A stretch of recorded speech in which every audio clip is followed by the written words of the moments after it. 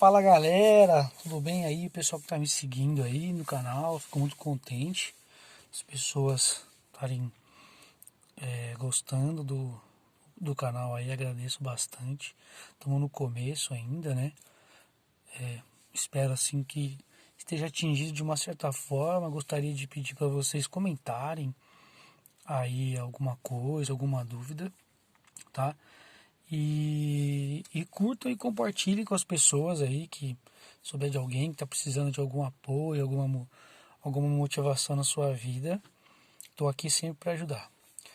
Vamos lá. No vídeo passado eu falei sobre as mudanças, o que elas acarretaram na minha vida, né? As dificuldades que eu tive com esse tipo de mudança. E isso tudo é um processo que me levou para a minha adicção, né? E agora eu estou escrevendo assim alguns tópicos para poder trazer, porque acho que fica muito mais fácil e muito mais didático, né? Então hoje a gente vai falar um pouco sobre, o tema desse vídeo vai ser insistir nos erros, né? Quais são as consequências que pode acontecer em ficar insistindo nos erros, né? Uma das coisas que eu insisti nos erros foi querer agradar as pessoas, né? Eu acho que a gente não tem que fazer nada para agradar ninguém, a gente tem que fazer as coisas pensando na gente. Porque tudo que a gente fizer pra gente, consequentemente, vai refletir para as outras pessoas. Eu penso assim e tem dado certo assim, né? Por isso que eu passo esse feedback para vocês, para mostrar o que eu fiz de errado e mostrar o que eu faço hoje porque tá dando certo. Então, hoje já há algum tempo, eu não faço nada para agradar ninguém. As minhas atitudes, elas influenciam nos meus resultados da minha vida, seja da minha família, que vai ser refletido, e nas ações que eu fizer vai ser num todo, no pessoal, no profissional, enfim, todo. Então vamos lá. Primeira coisa que eu insisti, que começou a dar muito errado, foi na minha escolha de profissão. Como eu já disse no vídeo passado, eu quis ser ligado em alguma coisa na área de música, né? E acabou não dando certo, porque eu não tinha os meios para poder fazer isso. Eu dependia dos meus pais 100%. Terminei meu colegial com muito cedo. Então, consequentemente, eu escolhi o que foi escolhido. Bem assim. Então, primeiro ponto que eu dou, o primeiro gatilho que eu ressalto para os pais é deixarem, nessa fase da vida, seja do filho homem ou filho mulher, é não impor os seus sonhos em cima dos seus filhos.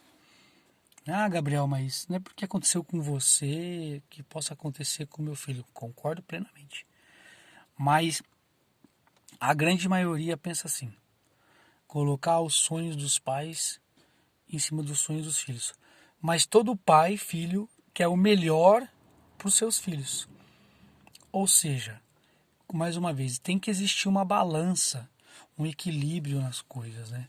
Então eu acabei não tendo essa balança. Eu acabei fazendo direito. E aí agora, a partir desse vídeo, vai ser os enfoques principais que vão chegar ao ponto da minha adicção, toda ela, né? Porque a adicção é quando você nada mais é que vira um escravo e deixa de viver por algum vício ou alguma coisa. Seria mais ou menos isso. Em resumo, eu não vou ficar aqui nesse vídeo, ficar entrando em muitos detalhes de 12 passos, porque eu não sou terapeuta, deixando bem claro. Eu sou um ser humano que passou por uma grande dificuldade na vida, que foi a adicção, e estou tentando transmitir o que eu acredito que foi um processo para chegar numa adicção, que são as pistas mínimas, né? Eu vi num filme que se chama Guerra Mundial Z, que é onde um cientista fala a seguinte frase: que todo vírus deixa uma pista. E é nessa fragilidade que a gente encontra a cura. Então eu acredito também que a adicção é isso, ela vai deixando pistas da nossa vida para chegar num ápice maior e algumas pessoas se afundarem ou não. Então é mais ou menos isso. Então eu comecei a fazer coisas, comecei a estudar direito, que eu não via muita vocação, mas eu comecei a estudar porque era uma coisa que eu, enfim, que minha família acreditava. E a manipulação também, eu acho que foi muito assim, quando você vai se formar com 20 anos, vai ser doutor, taranã, taranã. Isso é uma coisa que não se pode fazer, criar expectativas em cima da hora. Então eu cursei Direito. Durante 3 anos da minha vida, eu cursei Direito na cidade de Assis, numa faculdade municipal de lá, muito boa, por sinal. E eu comecei a estagiar muito cedo. Muito cedo, muito cedo. Logo no primeiro ano já arrumei um estágio. Só que no interior de São Paulo não tinha muita... Não tem muita... não se paga o estágio como igual em São Paulo. E foi aí que tudo mudou. Tive muitos momentos bons em Assis. Não me lembro assim, sério, sendo bem sincero, momentos ruins na faculdade. Estava indo bem, fui até o terceiro ano e tal. Só que eu queria me mudar para São Paulo, porque meu pai trabalhava em São Paulo e vinha para Assis nos ver. E aí lá eu fiquei sabendo de um site, né, de estágio, que as pessoas recebiam e aprendiam, ia no fórum, o que eu fazia, mas eu recebia, eu já vi uma oportunidade de ter uma minha grana. E foi aí, como eu disse, que foi o ponto chave. Eu não conhecia São Paulo. Eu nasci em São Paulo, mas eu não conhecia São Paulo, porque eu saí de lá muito cedo. E quando eu mudei para São Paulo, que eu fui morar com meu pai, a minha vida mudou muito. Porque eu tinha todo um conforto na minha casa em Assis, só que eu também não via muita realidade do meu pai em São Paulo. Esse foi um choque muito grande. Meu pai morava num quarto, praticamente, com um banheirinho, um quartinho, um kitnet muito pequeno. E a nossa casa em Assis era boa, 3 quartos, sala, cozinha e banheiro. E aí eu comecei a ver aquele choque. E aí mais uma vez vem a mudança. Só que eu escolhi essa mudança.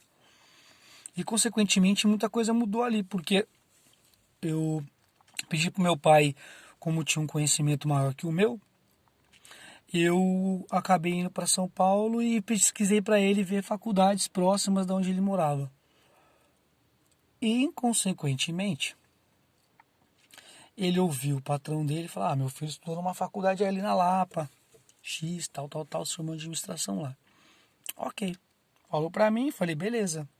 Vou pro terceiro ano, pego algumas dependências ali de adaptação, mas não tem problema. Fui nessa tal faculdade. Essa faculdade era o primeiro ano do curso de Direito. Estavam introduzindo o curso de Direito ainda, não tinha o terceiro ano, só tinha o primeiro ano. E foi aí que as merdas começaram a acontecer, literalmente assim. Por quê? Mais uma vez, insistimos nos erros. E a minha falta de maturidade também não fez com que eu me opusesse um pouco. Acredito que faltou um pouco de maturidade. Não, pai, essa aqui só tem primeiro ano, vamos ver outra. Meu pai falou: faz tudo de novo. O ensino é diferente, deve ser melhor. E aí eu ainda dependia do meu pai nisso. E eu fiz o primeiro ano. Só que aí me deu um modo revolta fudido. Que foi, eu fiz 1 ano de bar. 1 ano de bar mesmo. Foi aí que eu comecei a fumar, comecei a beber pra caramba. Não ia pra faculdade, estava completamente revoltado com a autorização de você fazer de novo um curso que você já estava faltando ali 2 anos para terminar. E eu fiz 1 ano de bar. Eu pegava o dinheiro e mentia pro meu pai. E aí já começa uma outra característica de um adicto, que é o quê? Mentir e manipulação. É isso. Quando você começar a tiver algum desses sintomas, mentir, manipular, seja lá quem for para conseguir alguma coisa, você já está num caminho propício para ser um adicto. E foi lá que eu comecei a beber muito, a fumar. Experimentei meu primeiro cigarro de maconha. Não fui muito fã de maconha não, mas eu experimentei. Fumei algumas vezes, confesso. Algumas bem poucas assim. Não gostava muito não, porque fumava maconha aqui, me dava um pigarro do caramba aqui. Eu não gostava do cheiro, não gosto do cheiro. Ficava numa uma moleza do caramba tal. E aí começou algumas características da adicção. Que é essa. Eu não tinha mais um foco, não tinha mais um objetivo na minha vida, né? Tava ali com 18 anos, já era para terminar uma faculdade, 2 aninhos ali, e por essa mudança, mais uma vez, por essa falta de maturidade e insistir nos erros que não era uma coisa para mim, eu estava vivendo uma coisa para os outros, eu comecei a fazer isso. Quando chegou no final do ano, meu pai me pediu o boletim. E foi aí que veio toda aquela cara de decepção. Todas as verdades foram ditas, palavras ruins, um para o outro. E aí meu pai, junto com a minha mãe, me deram uma oportunidade para escolher. Só que uma outra característica de um adicto é o egocentrismo. O meu ego estava muito lá em cima para aceitar que eu estava errado. Que eu não queria aceitar que aquilo não era para mim. E eu persisti de novo no erro. Procuramos uma outra faculdade, onde eu iria para o 3º ano. E pegaria outras adaptações. E foi aí que eu entrei numa outra faculdade, na Barra Funda. E foi aí que começou muitas coisas na minha vida, as boas e muitas coisas ruins mesmo, assim. Eu tô bem resumindo assim o vídeo. Esse vídeo vai ser daí uns 20 minutos hoje.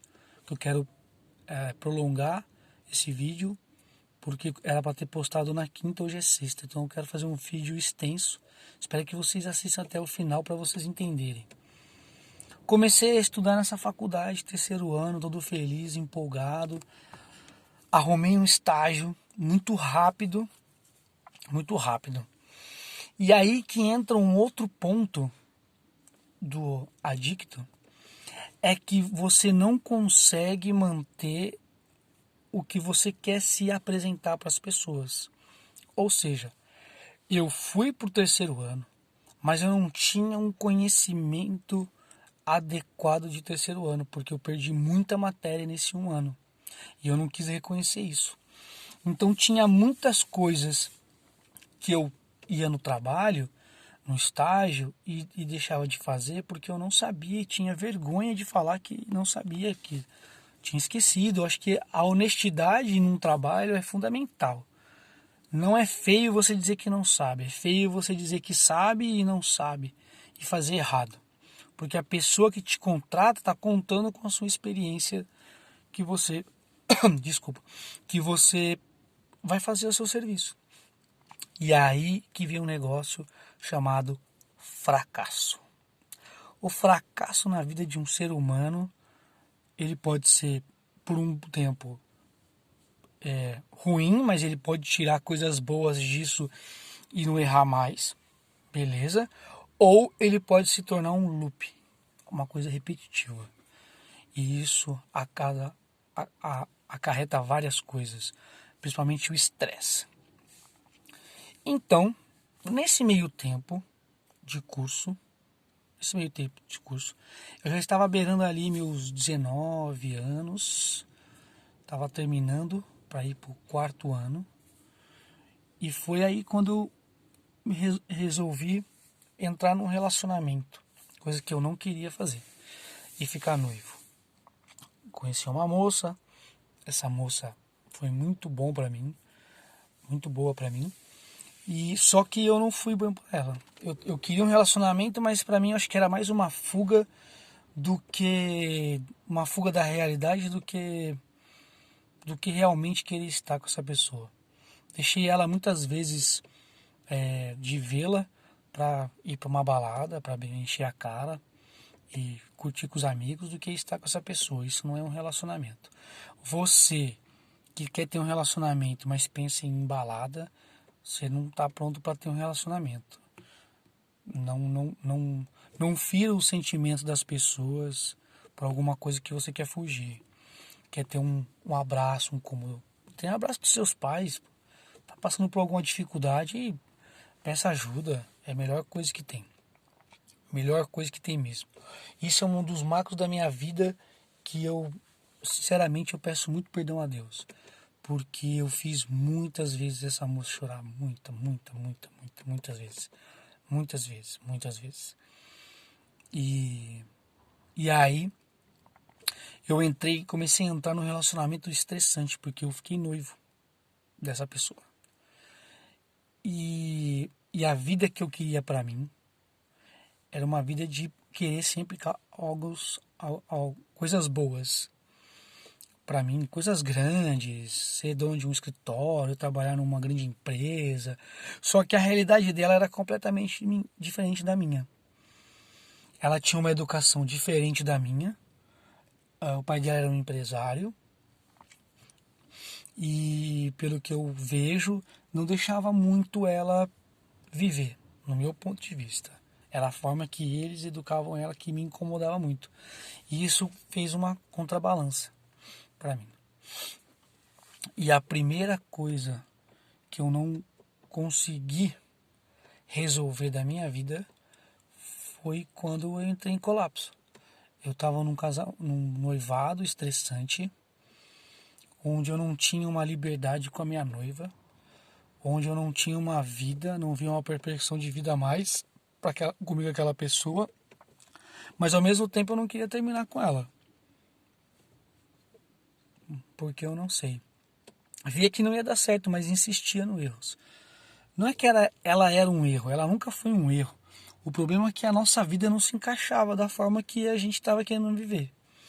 Ou eu aceitava a forma que o pai dela vivia com a vida dela, ou ela aceitava a nossa vida, ou ela tomava uma independência da vida dela. E ela não tomava partido de nenhum dos lados, ela sempre arrumava uma forma de balancear. Isso acabou sendo estressante, ao ponto que a gente chegou a ver um apartamento, né, para comprar. E o marco principal de onde eu vou chegar nessa história vai ser agora, que é o quê? Ela trabalhava para o pai, ela não era registrada, era autônoma, e junto com o pai. Ela não tinha registro, ela tinha 20 e poucos anos, menos. Eu já tinha uns 20 e poucos anos, ela tinha uns 19 anos, por aí. E ela não era registrada. E aí eu pedi para ela, o cara do imóvel que a gente foi ver, pediu para ela, pro pai dela abrir o faturamento da empresa para entrar junto comigo no financiamento, como é de praxe e tal. O pai dela não deixou ela fazer isso, não deixou. E aí foi quando eu pedi ajuda pro meu pai. As condições do apartamento eram boas, para tal, e conseguimos financiar o apartamento. O pai dela descobriu, a gente contou para ele, tal. Um belo dia, fui dormir na casa dela, a gente dormia em quartos separados, respeito, né, tal. O pai dela, eu ouvi uma conversa do pai dela falando com o irmão dele, falando que eu ia dar um golpe, que não sei o que, tananá. A gente acabou descobrindo, a gente acabou discutindo isso feio, ao ponto de eu falar para ela assim, olha, vamos morar com meus pais, desse jeito você não vai viver a sua vida. Nem que seja comigo, nem que seja com outra pessoa. Você vai ficar um karma sempre com o seu pai aí, te atrapalhando a querer crescer como pessoa, como ser humano. Vamos morar com meus pais. E meus pais têm um fundo numa casa lá. E a gente mora lá com eles até o apartamento ficar pronto. Você trabalha em outro lugar. Ela estava se formando em marketing e propaganda e jornalismo, sei lá, rádio, não me lembro. E você consegue sua carteirinha de radialista, de jornalista, enfim, a gente trabalha, se vira, pronto. E foi aí que eu entrei num negócio chamado depressão. Muito foda. Muito foda. Porque ela falou que não. Que ela ia ficar com os pais dela. E foi aí que a gente terminou o nosso relacionamento dessa forma. Cada um pro lado. Ela escolheu a família dela. Enfim. Só que eu não soube lidar com essa situação. E eu entrei em depressão. Muito foda. Uma depressão que eu não tinha vontade de fazer nada, eu não saía da cama. Eu só ia trabalhar porque tinha que trabalhar, fazia estágio, comecei a beber mais, a fumar mais. E saía de balada, não parava em casa. E eu tentando arrumar um aditivo para poder me continuar, porque a vontade de você querer fazer alguma coisa é zero. Quem tem depressão faz muita bosta, muita bosta. Mas eu não culpo isso porque eu também fiz bosta. Eu não vou lembrar a data específica, porque é muita coisa. Mas eu cheguei ao ponto da minha vida que a pior coisa que me aconteceu na minha vida foi isso. Foi quando eu experimentei a droga chamada cocaína, que foi a pior coisa que aconteceu na minha vida. Depressivo, sem vontade de fazer porra nenhuma. Eu bebia de quarta a domingo, praticamente, né? Porque saía da trabalhava de manhã, ia pra faculdade. Na quarta-feira tinha um barzinho, um sertanejinho, ia com os amigos, curtia. Chegava em casa aí 1 da manhã. Aí na quinta-feira e sexta tinha alguma balada. Ia pra um sertanejo, pra um samba, pra uma discoteca, enfim. E curtia. E foi um dia que eu tava pra virada da vida. Fui parar num posto, sozinho. E vi um montoado de gente ali perto do Lava Rápido ali. À noite era eu encontrar uma galera, uns amigos, pra ir pra uma festa. E vi ali duas, três pessoas ali. Nunca tinha experimentado nada. E vi ali que fui usar o banheiro e vi eles usando a cocaína. E pedi uma para experimentar. O cara me vendeu, comprei 3, usei uma com 2 que me vendeu e levei 2 para a festa. E me senti assim, Superman, em êxtase, felizão. Meus problemas ali acabaram e tava tudo beleza, tava tudo tranquilo. Tudo mil maravilhas, enquanto eu tinha droga. Quando a droga acabou, até então, a gente entra num estado deplorável. A depressão parece que vem 2 vezes pior, 3 vezes pior.